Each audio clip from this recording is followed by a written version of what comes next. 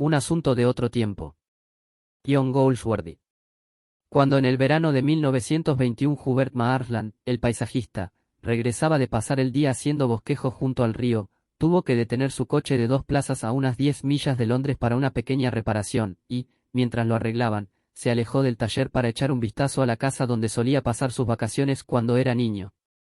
Después de franquear una verja y de dejar a su izquierda una gravera, llegó enseguida ante la casa, que se alzaba en medio del jardín.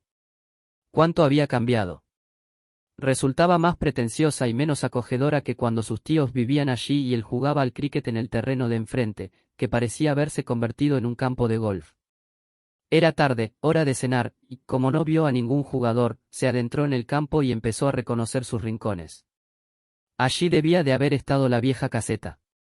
Y un poco más lejos, aún cubierto de césped, el lugar donde había bateado tan bien la pelota, después de marcar 13 puntos, había terminado su turno, el último del equipo, sin ser eliminado.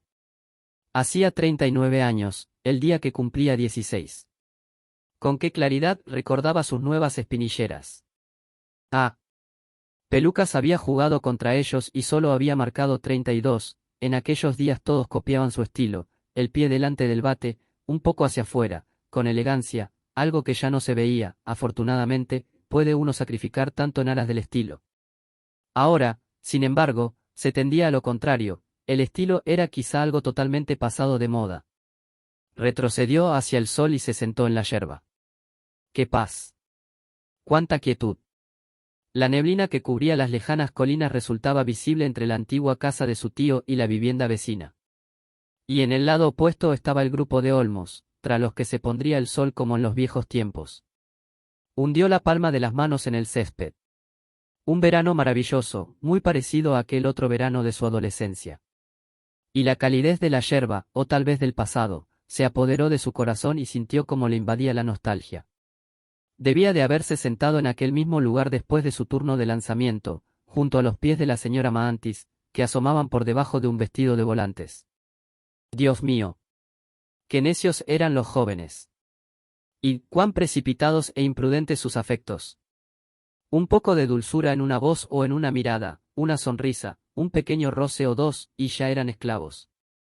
Necios, pero también generosos.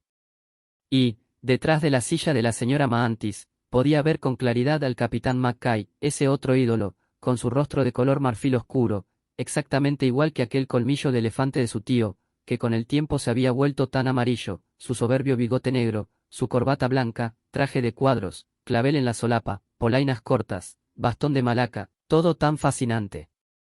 La señora Maantis, la separada, así la llamaban. Recordaba el modo en que la gente la miraba, el tono de sus voces. Y era tan hermosa. Se había enamorado de ella a primera vista, de su perfume, de su voz, de su elegancia. Y aquel día en el río, cuando ella le hizo tanto caso, y el capitán Mackay estuvo tan pendiente de Evelyn Curtis que todos pensaron que iba a declararse. ¡Qué época tan extraña! Entonces empleaban la palabra cortejar y vestían faldas amplias y corsés muy altos, y él llevaba un cinturón elástico de color azul alrededor de su cintura de franela blanca. Y aquella noche su tía le había dicho, con una sonrisa maliciosa, «Buenas noches, tontuelo». Y la verdad es que lo era, con aquella flor que la señora Maantis había dejado caer al suelo entre su mejilla y la almohada. ¡Qué locura! Y el domingo siguiente, deseando ir a la iglesia, cepillando con fervor su sombrero de copa, había pasado todo el servicio espiando su pálido perfil, 2 bancos delante de él, a la izquierda, entre su tío Asherabe, un anciano con barba de chivo, y su gorda y sonrosada tía de pelo blanco, ideando cómo acercarse a ella cuando saliera, indeciso, acechante, sin conseguir más que una sonrisa y el frufrú de sus volantes. ¡Ay! El menor detalle significaba tanto en aquella época. Y su último día de vacaciones, la noche en que por primera vez entrevió la realidad. ¿Quién dijo que la era victoriana estuvo llena de inocencia? Marsland se llevó la mano a la mejilla. No, el relente todavía no se notaba. Y, de igual modo que un hombre remueve y sacude el heno para airearlo, sintió que algo se removía en su interior y sacudía los recuerdos de otras mujeres, pero nada despertaba en él un sentimiento parecido a aquella primera experiencia. El baile de su tía. Su primer chaleco blanco, comprado ad hoc en la sastrería local, la corbata con la que trataba de emular a su héroe, el capitán McKay.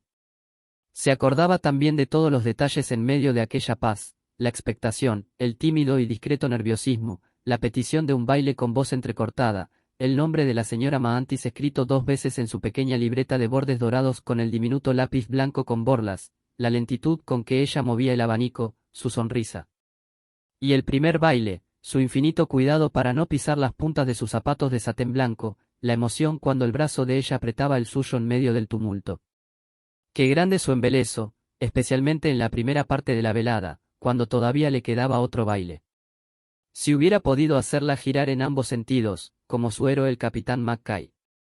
Su exaltación fue en aumento al acercarse el segundo baile, lo que le hizo despedirse bruscamente de su pareja. Recordaba con claridad el frescor del aire y el aroma de la yerba en la oscura terraza, el zumbido de los abejorros, la asombrosa altura de los álamos a la luz de las estrellas, y el cuidadoso arreglo de su corbata y chaleco, la vigilante limpieza del sudor de su rostro. Un respiro hondo, y entrar en la casa a buscarla. El salón de baile, el comedor, las escaleras, la biblioteca, la sala de billar y todo en vano. Los músicos seguían tocando el vals estudiantina, y él vagando por las habitaciones con su chaleco blanco, como un joven fantasma. Ah, el invernadero. Cómo corrió hacia allí. Y luego aquel instante del que seguía guardando, incluso ahora, una impresión borrosa, muy confusa. El sonido de voces ahogadas entre las flores, la he visto, ¿quién era el hombre? La visión momentánea de un rostro de color marfil, de un bigote negro. Y entonces la voz de ella, Hubert, y una mano febril cogiendo la suya, acercándolo a ella, su perfume, su sonrisa forzada.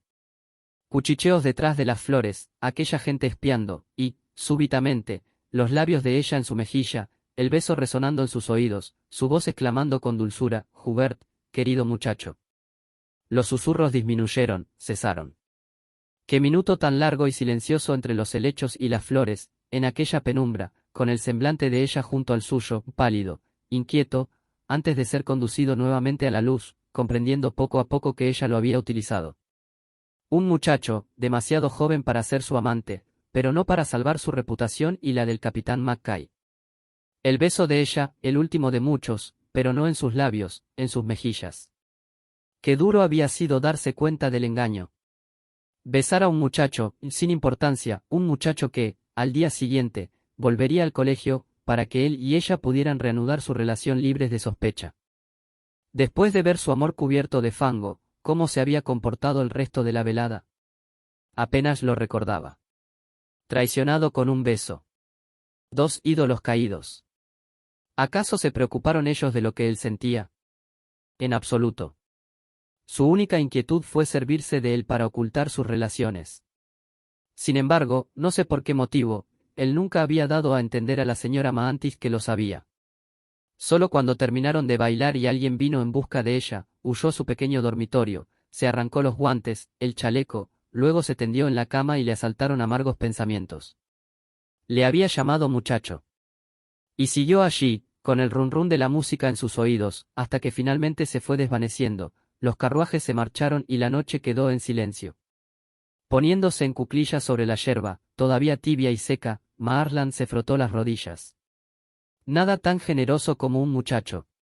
Con una pequeña sonrisa, se acordó de su tía al día siguiente, y de la mezcla de ironía y de inquietud con que ésta le había dicho, no está bien, querido, sentarse en rincones oscuros y, bueno, es posible que la culpa no fuera tuya, pero, a pesar de todo, no está bien, no está nada. Y cómo se había detenido de pronto, contemplando el rostro de su sobrino, mientras los labios de éste anunciaban su primera risa sarcástica. Su tía jamás le había perdonado aquella reacción. Le habría creído un joven y cínico lotario. Y Marsland pensó, vivir para ver. ¿Qué habría sido de los dos? La era victoriana. Sabían cubrirse las espaldas, pero hablar de inocencia. Habráse visto. Ah. El sol estaba a punto de ocultarse y se sentía el relente. Hubert se levantó, frotándose las rodillas para quitarse el entumecimiento. Más allá, en el bosque, las palomas hureaban. Una ventana de la antigua casa de su tío brillaba como una joya entre los álamos, bajo los últimos rayos de sol. Ah. Aquel insignificante asunto de otro tiempo. Fin.